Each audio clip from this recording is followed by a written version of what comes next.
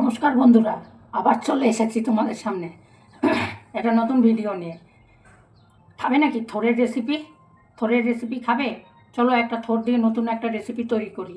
তো তোমাদের সঙ্গে আগে শেয়ার করি যে থোড়ের রেসিপিটা কিভাবে করতে হবে, কি কি লাগবে আমাদের। তাহলে চলো, আর নতুন দিন মানে নতুন ভিডিও, নতুন সব কিছু। তাহলে চলো থোড়ের রেসিপি দেখাই। প্রথমে থোড়টাকে কেটে লবণ হলুদ দিয়ে সেদ্ধ করে নেবে। এটা অবশ্যই লবণ হলুদ দিয়ে আমি সেদ্ধ করে নিয়েছি। আর একটা আলু কুচিয়ে নিয়েছি। এখানে নিয়েছি নারকেল কুচি।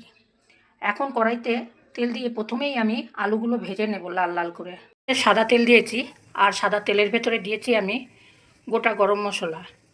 এর মধ্যে আছে ছোট এলাচ, দারচিনি আর লবঙ্গ, আর একটা শুকনো লঙ্কা।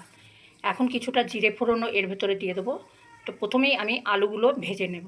সামান্য একটু লবণ দিয়ে আলুটাকে ভালো করে ভেজে নেব। ভেজে নেওয়ার পরে এর ভেতরে দিয়ে দেবো আমি আদা, লঙ্কা, জিরে, ধনে দিয়ে আলুটাকে ভালো করে কষিয়ে নেব।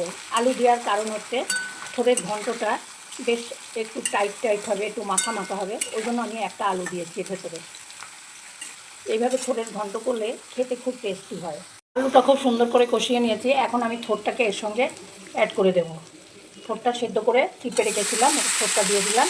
এর ভেতরে লবণ হলুদ সবই দেওয়া আছে, আর নতুন করে লবণ হলুদ দেওয়ার কোনো দরকার নেই। দেখো দিয়ে দিয়েছি চিনি। আর থোড় রান্না মানে চিনি দিতেই হবে। এখন বলবে দিদি তোমার নারকেল কোথায়? আছে তো নারকেল, দেবো। দাঁড়াও, নারকেলটা না দিলে তো টেস্ট আসবে না। তো প্রথমে আমি আলুটাকে আগে গলিয়ে নিই। আলুটা গলে যাবে, তারপরে নারকেলের পাটটা আসবে। দেখো থোড়টা কি সুন্দর মাখা মাখা হয়েছে আলু দেওয়ার কারণে। এখন আমি ওই যে নারকেল পেস্ট করে রেখে দিয়েছি, এটা এখন এর সঙ্গে অ্যাড করে দেবো, নারকেলের পেস্ট। এইভাবে একবার থোড় রান্না করে খেয়ে দেখো, দারুণ লাগে, অপূর্ব লাগে। তোমার মাছ মাংসকে বলবে এক সাইডে থাকতে।